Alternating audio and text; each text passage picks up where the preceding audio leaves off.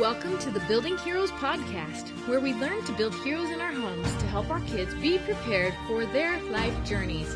Hi, I'm your host, Molly Christensen, and I love to encourage and mentor you on your path. Hey everyone, welcome to the Building Heroes podcast. This is episode 43. Today, I'm excited to introduce you to my new friend. This was actually a Facebook suggestion, so how cool is that? And we found out that we hit it off, and so this is really fun. When I found out what she does, I really wanted to share her with you, my audience. So this is Katie Keene, and she is a family success consultant along with her husband. And they also have a Family Success Secrets podcast. And she's been married for 20 years, has 5 incredible children, and has lived through numerous moves and military deployments while raising their family, all while discovering the special needs of two of the children were born with. And so I just want to turn the time over to you, because I know you have an incredible story about how you got to this point, because you have had a lot of hardship, but you've also been joyfully resilient through this process as well. So Katie, welcome. Thank you. I really appreciate you having me today. It's so nice to be here with you. So we definitely did have a really long journey. 17 years ago, when our first child was born, we actually learned within the first day after he was born that he had had a stroke. So we were experiencing seizures. We were overseas, and they moved us from one country over to another to go to the NICU and then back to the US. So our special needs parenting journey began 17 years ago. And as we continued having children and experiencing deployments and having more diagnoses for some of the other children, I realized, and so did my husband, that we really needed some way to ensure that our family was going to be what we thought, even though our life wasn't turning out how we expected. We wanted to have a joyful life. We wanted to know that we were raising our children to be really great people who could be compassionate and, be self-confident and independent. So I began this constant, purchasing, like researching, purchasing, implementing of systems. And while we were also on the journey of homeschooling, that was a big surprise for us. We never expected to be homeschoolers. So my research was also, I think, extra important for me, because I was really managing the kids at home all day. It wasn't just part of the day. And as I kept implementing all these different systems, I kept noticing that nothing was really resonating with what I needed with all the different things I was juggling. Of our 5 children, 2 now have special needs, even though our oldest has completely outgrown his stroke. And we ended up with a couple of the others having other unique issues that also they thankfully outgrew. But I needed to be able to really know that everybody was going to be okay, and even that I was going to be okay. And I think as moms, sometimes you really think, oh my gosh, am I going to survive this? So, we began focusing a lot on learning about boundaries and learning about routine. And I'm very much a free spirit. And learning about discipline. But how can you have positive discipline? What's the difference between discipleship and leadership versus, what we kind of think of culturally as discipline? And how can we make sure that while we're teaching and training our children, that we're also connecting and bonding with them? Because we didn't want that to interfere. And how, when their dad was gone a lot, could they also still maintain a really strong bond with him? How could he and I maintain a strong marriage? So we did a lot of years of really deep digging and researching and implementing and trying things. And so that's kind of brought us to where we are today. Oh, I love that. I mean, really, you were kind of tossed into this whole journey in a very unexpected way too, when you had your first, because most parents, were not expecting that. Mm-hmm. For sure. And I love that you just decided that you were going to find answers, and you started asking a lot of good questions, really good questions, because I think a lot of times we don't even know to ask those questions. Yes. And you made a really important point there when you said decided, because in so many ways, I believe that our parenting journey, even when we are struggling with special needs, but our experience of it is a lot about decision and choosing joy, choosing to continue, choosing to be resilient, choosing to take on the hard things and figure out how to also make them the best things. So definitely making a decision. Yes, absolutely. Because it really is a decision, because you could have just said, oh, well, we'll just do whatever, and and not even thought about it. And that is a decision. Or you could have blamed God and said, oh, what a bad hand we just got dealt. Or you could have blamed yourselves and said, or put yourselves down and thought, we don't know how to deal with this. What, so we're not going to. Yeah, absolutely. And I think in life, even for families who don't have special needs children, they all have to make those same decisions. So I think when you're dealing in life, I had a friend say to me once, and it really stuck, that my worst and someone else's worst can't be compared. Even if someone else might say my worst is worse than theirs, the fact is they haven't experienced that feeling. So their worst still feels just as bad to them in a way as my worst feels to me. And so for parents, whether they have typical children or not, it is a lot about decisions, and it is a lot about really making the time and effort for yourself to explore what you can do to support yourself, what you can do to support, the relationships around you, and to really make sure that you are, I think, the focus, like you said, not blaming God, but looking for what richness is in there in this experience, what it is that's really happening for you, even though it can really feel like it's happening to you. Yes, I love that. And really, if we look at your story, it lines up with the hero's journey so nicely, because you did get that call to action. You did, it wasn't something you were expecting. And that's when you had the choice. You had to decide which direction you were going to go.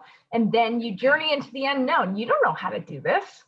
None of us do, really. And when you go into the unknown, you're always going to have those obstacles in the way, the hard things that you get another choice with. How are you going to deal with those, or how you're going to choose? Yes. So. And very much like the hero's journey, I think, for the parents who understand that story, there have been so many people who have poured into my life who maybe didn't even realize they were, or people that I've reached out to, even if it was just their resources that I was learning from, and each one of those was kind of like a teacher that helped me pick which fork in the road to go on my journey. And I'm so thankful for that. And so I think that's another important thing for us to remember as parents is be willing to learn from others, be willing to, understand that you can gain so much richness from allowing others to pour into you. Yes, absolutely. And I love that too, because that is part of the hero's journey. And that's the part that is predictable. There will be other people on your journey if you can look up and see them. They will be there to help you, and especially I think with moms, a lot of times we start feeling so alone in our problems. Really, we think we're the only ones, but moms know how hard it is. And I think that's why it's so important for us to reach out to others and help others, through the things that we have been through. We can help other people and vice versa, for sure. It can be really hard, I think, to accept help. I know for me, that was a big part of my journey, was not just being willing to reach out to learn and purchase resources to implement in my home, but to actually allow other people to help when I needed it. That was a really important lesson. And I learned throughout quite a number of years of wrestling with it, because, you can kind of think, oh, I feel like a failure if I accept help. I'm not strong enough. I'm not independent enough. There's all these thoughts that can go through your mind. And especially as a military spouse, we just do what we have to do. You just do it. And so accepting help, it's one of those things where you can kind of feel like, well, wait, look, if these other spouses are okay. But in the actual opposite reality of what you might feel and think, you actually bless others when you allow them to help you, and you are doubly blessed. So it's really important to allow that support and those connections. Absolutely. I totally agree with that. And I remember my early years of homeschooling where I was trying to do it all myself. And I was thinking I was a complete and utter mess. I might have been, I don't know, but I was taking that on as my identity. I probably just lived in a mess, right? But I knew that I was capable.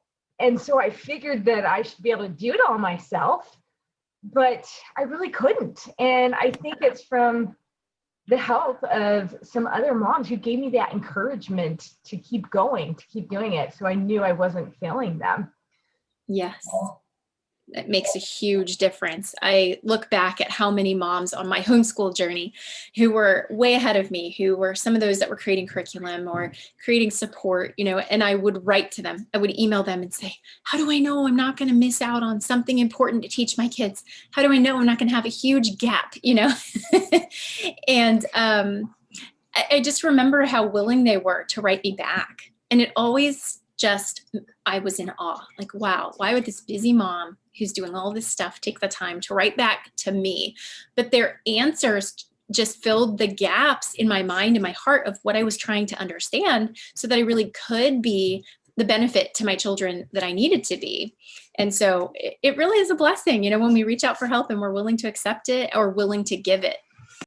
Absolutely. And I think too, as a veteran homeschool mom, I love helping just because I know how it was. I know how hard it was. And I love encouraging moms. Okay. So one thing I want to talk to you about next is you said you're kind of a free spirit.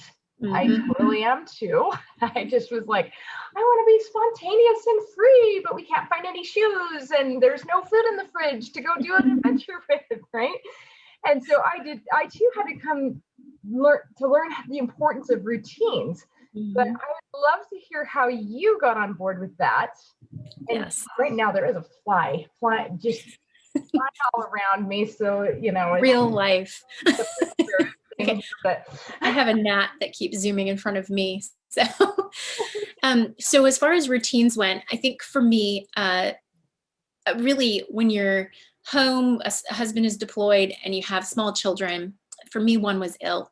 It made me get to that point where I realized I must research something. I must figure out something. And so I ended up beginning with small, there was a system called Fly Lady. I don't know if you've heard of her. That was just one of my home cleaning maintenance systems. Yeah. And it was wonderful because it was flexible. And I remember implementing her system. I just took a whole week and I really dug into it during all the nap times and bedtimes. And I remember putting together my notebook and that first month of implementation, I remember, of course, I couldn't do it perfectly, nor should we expect ourselves to do anything perfectly because then it really won't work out long term. But I remember missing something and it was such a relief because I knew the next week it was going to come up again anyway. And it was this it took off weight from me. I always had assumed that having something like that would put weight on me, but it was actually like this framework that supported me instead. And I made it for myself in a way that it would support me. It wasn't like a taskmaster. And so that set the tone for me as I built other systems in our home, was that it needed to be something that supported me and allowed me the flexibility. I would do our meal planning in a similar way. I never would write down what night we were going to have what meal. I simply would set a list of 7 things. And all of those ingredients I would purchase, and I'd have the list on the fridge. And whatever I felt like in my free-spirited nature or had time for that night was what I would pull out of the fridge and make. And just made sure they were all things that could last for 7 days in the fridge before I went back to the store. So, I still did the meal planning, but I didn't give myself the pressure of, I have to do it on this day. Because then I would make myself feel bad, like, oh, you failed again, So I just kept my systems flexible. And so that's how, for me, it worked as a free spirit. Oh, I love that. And you brought up a couple of really good points there. And number one is with systems, you say they have to support you and be flexible, because often we feel like we have to be a slave to our system, like our system's the master. And it's just a tool. And it's, we can say the same thing about homeschool curriculum or, any of these other things that are systems to help us. But the other thing I wanted to bring up that I love that you mentioned was that routines are freeing. Mm-hmm. And I thought the same thing too. It's like, I didn't want to be bound to routine. I know I just want to do whatever I felt like. But the reason why a routine is freeing is because I don't have to make the decision to do it. Yes. And it comes back to the choices thing, yes. Right? If I have a routine in place to actually get my dishes done, I just have them done when I need them. If I have a routine to keep the house clean, I'm going to be able to find the shoes. Well, maybe. when, unless a kid takes them off somewhere, but they do. But you know what I mean? It's like, if we have that routine, have all that order and the things that we need in place, that everybody needs in place to run a home, it's so much more freeing because you don't have to think about it. You just do it.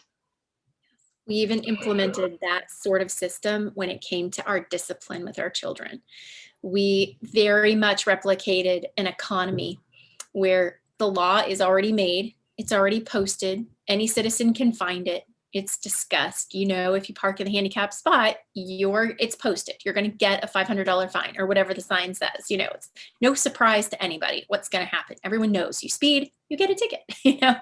And we even removed all of that.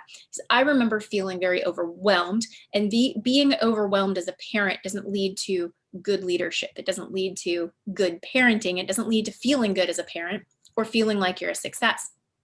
And so we pre-made the entire system of governing inside of our home and discussed it with the children and posted it. And then when we feel emotional for whatever reason, whether we're tired, frustrated that the kid did this thing again, or whatever happens to all of us parents, we don't have to live in that frustration. We don't have to abide by that emotional overtake. We can relax into the fact that we already pre-decided and we know, and the child knows, and then we don't have to feel like we're at odds. The child already knows they chose wrong, and so then we can support the child and say, oh, we're really sorry that happened. So it is good. It's really good to pre-make systems for yourself and be able to live within them, because then you are more free.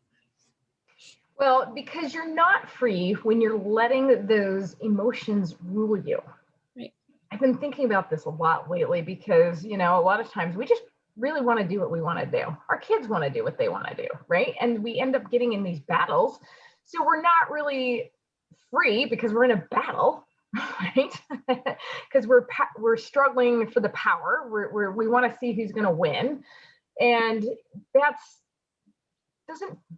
it may feel good in the moment, but it doesn't really feel good after the fact. Right. Because we're just letting the emotions rule our lives. And so, as a free spirit, that's what I was saying is like, I just want to do whatever I want to do. I just want to go have fun with the kids. But at the same time, there has to be that foundation of responsibility. Yeah. And creating the order in our lives that we need to not feel overwhelmed. Because I think that's where the overwhelm comes in, is that we have too many decisions that we haven't made. Yes, absolutely. And decision fatigue is a real problem, and not just in parenting. I mean, decision fatigue is why people don't declutter, and decision fatigue is a big problem for most people. It's why they eat bad food. I mean, it just affects us in all areas of our life. And so when we can make those decisions ahead of time, whether it's, our discipline routines or our meal plan or whatever, house cleaning, we really do take the load off of ourselves. And in a lot of ways, emotionally, we remove a lot of that guilt, because people who end up finding that the overwhelm causes them to yell. A lot of parents will tell me, oh my gosh, I yell and I can't stand it. And my mom yelled, or my dad yelled, or I just don't know why I yell. I just, and then because we're not thinking in our rational mind when we're emotional, we don't make good decisions, and later we do feel guilty, and that leads to thinking you're a bad parent, when really you just need to set yourself up with a framework to be able to avoid it. So it is important. Yeah, that's such an important pattern to recognize too, because that is what happens to us as parents is we want to be good parents. We have great desires in our hearts to help our kids, but sometimes we do get frustrated. Sometimes they get frustrated. Mhm. When we're frustrated or mad or thinking those thoughts that we're no good at this gig, that's when we really cannot make good decisions, like you're saying, and then Right. we do feel overwhelmed. We do feel anxious. We do feel like we're failing our kids because we aren't really in our right minds. Exactly. That's correct. Yeah. I mean, really, the science will actually show a different part of our brain is being used when we're emotional than when we're making a rational decision. And when you have those things pre-set up, for us, we actually post everything in our house. Then when we're angry, as long as we decide to abide by our own system, we can relax into allowing that to guide us safely through those emotions instead of letting those emotions take the reins. Yes, absolutely. And I love too that you're posting all this and you probably have family meetings because the expectations are really clear We do. with the kids, right? They know what to expect. Yeah. They're still going to try to get out of it. Of course, they're kids. Don't we all? I mean, if a policeman pulls you over, don't you want to try to talk him out of it, even if you were speeding? Oh, totally, right? But yes, we feel like respecting the children is a very vital part of being a really high quality team. And a way to respect them is to keep them informed, to keep them Yeah, as people who are given the respect to be able to make those decisions. And they're smart. Kids are very smart. So, absolutely. And it's just like, if we know what the laws of the land are, we know what to expect. mhm. But if it's a little fuzzy, then we're going to kind of be like, Yes, see what we can try to get away with. that's right. That's right. Makes it easier for mom and dad too, because just like you said, with see what you can get away with. Kids who know the boundaries are clear cut, they're not going to try to test them, at least not as often, at least not as hard. They're not going to push as much because if they know it's set in stone and you are going to follow up, then I mean the battle's won and it's won by you. But if they really don't know and they think they can have that, get that toe over that line, and you really will let them, well, they're going to push. They are. They are. I also think though that kids with boundaries, they feel a lot more secure, Yes. you know? Yes. Absolutely. I believe there was research on that as well, because I remember reading about that years ago and thinking, that is fascinating when my oldest was really young, and how, a lot of parents, I remember at that time, there was something going on where people wouldn't say no to their kids. And I'm like, oh. And so I was reading about this, and it was that kids actually, even though they push, sometimes they're pushing in order to feel safe because they know they're not big enough yet. They know they're not powerful or strong enough to take good care of themselves completely. And they want to know that they're safe with you. And so sometimes they will push boundaries just so that you'll hold them, just so that they can feel that security. And they will have better behavior once you've held that boundary. Yes, yes, for sure. And it was funny because right before we got on this call, I got to experience a little episode of this. And I think probably the most important thing is for the parent to remain calm and not get caught up in the frustration, because I was just, I could feel the frustration starting to come up. I'm like, come on, just listen to what I'm saying. I'm telling you no right now. And so then she didn't want to listen to that, but I thought, you know what? No, I can be firm with this boundary and it's okay. And she will understand that we have boundaries. Mm-hmm. That's right. That's right. And it's a good example for her life, because she's going to need to set boundaries. Let's say she's dating. You want her to know how to set a boundary. I feel like in our life as parents, we forget that setting a boundary isn't just for us. It's also for them. And it is hard. It is hard. But anything worth it in life can be challenging, Absolutely. Well, and the other thing is too, as I was thinking about this, is at the point that I tell her no to her request, she gets a choice. And so she's also learning how to make good choices. So she could choose to throw a fit and get angry, or she could choose to accept that. Mm-hmm. Or it's her choice. She could choose to disagree with me calmly. Yes. And in this case, she did, but then I still had to tell her no in this case. So, yeah. If you have a preset, we did a training recently on yelling, and one of the things that's so important for parents is that we don't get attached to the outcome, because your daughter, she had a choice. And you as a mom, obviously, already were very good with whichever choice she made, because if she chose to have a fit and a meltdown, then she got to suffer that consequence. If she chose not to, then yay, she got to have that benefit. But as a mom, you're already knowing that you're okay with either one of those decisions. You have to be. As parents, we have to be unattached to the outcome. We give them two choices, and the child gets to pick freely. And then we enforce whichever consequence comes with the choice they made, whether it's the good, beneficial one or the one that's a reinforcer of, no, you must listen, you must make a better choice. And that's how they learn. It's absolutely how they learn. And it is super not easy, because I had to learn too. I had to learn how to do that. And I still have to remind myself how to do that, but it gets easier the more you practice. Mm-hmm. When you say, who just really wants to go run around and play. We do that all the time, but it's so important. Oh shoot, I think my internet just got a little choppy. There, I can hear you and see you now. Okay, you want to say that again? I was trying to see if I can.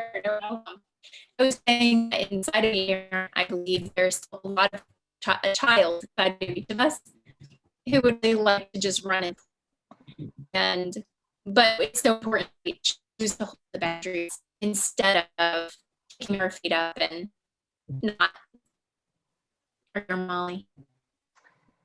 Well, shoot, I think my computer is having issues here, because sounded like it was really awesome advice, but it was choppy.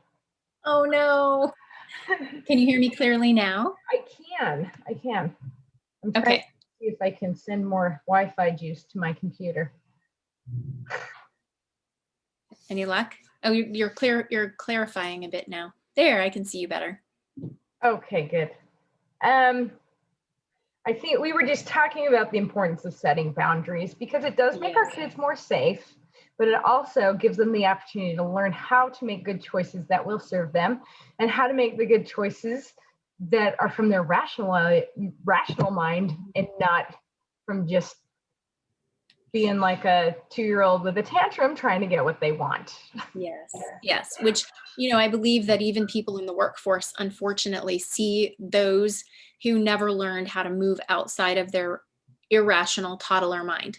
And then they suffer the effect of that. So it really is so important that we teach our children how to function, even when they feel emotional, how to function through that in a proper way. And then also how to deal with those that aren't able to, because our setting boundaries gives them a good example for how they can act when someone else around them in their adult life is not using their proper behavior either. That will happen. Yes, that absolutely will happen.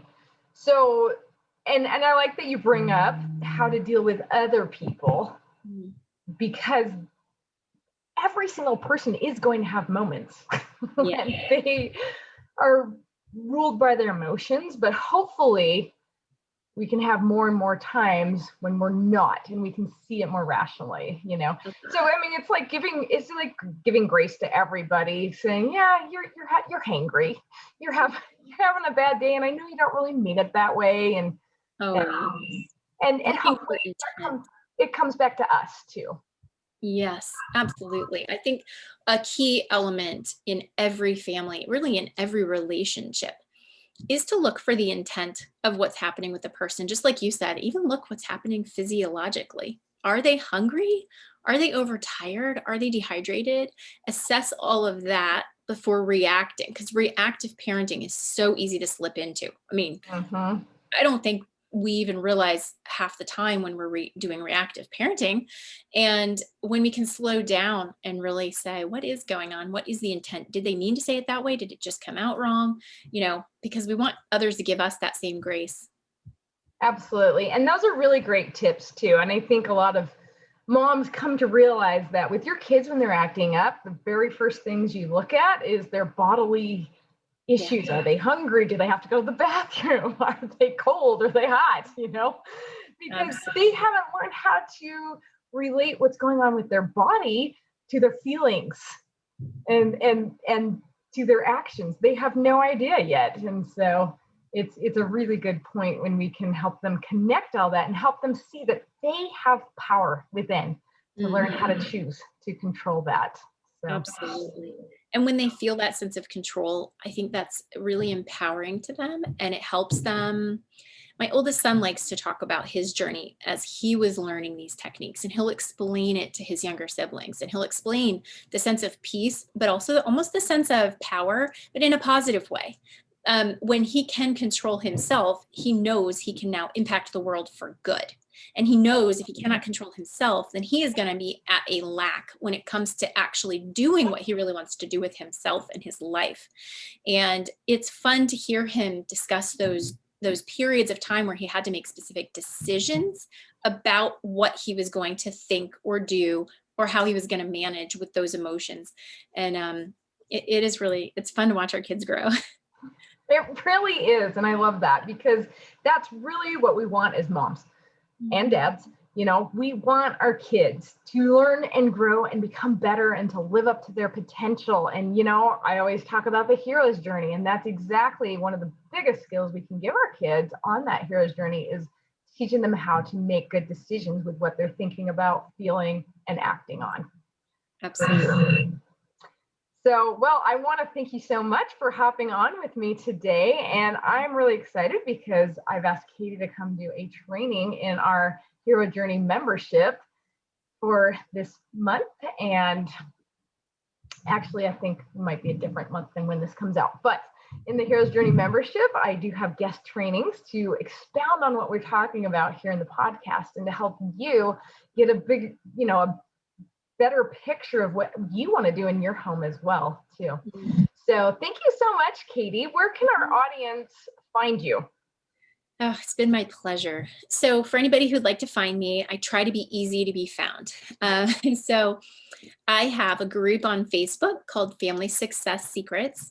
I am on Instagram also by Family Success Secrets. I am on all the podcast platforms, again, by Family Success Secrets.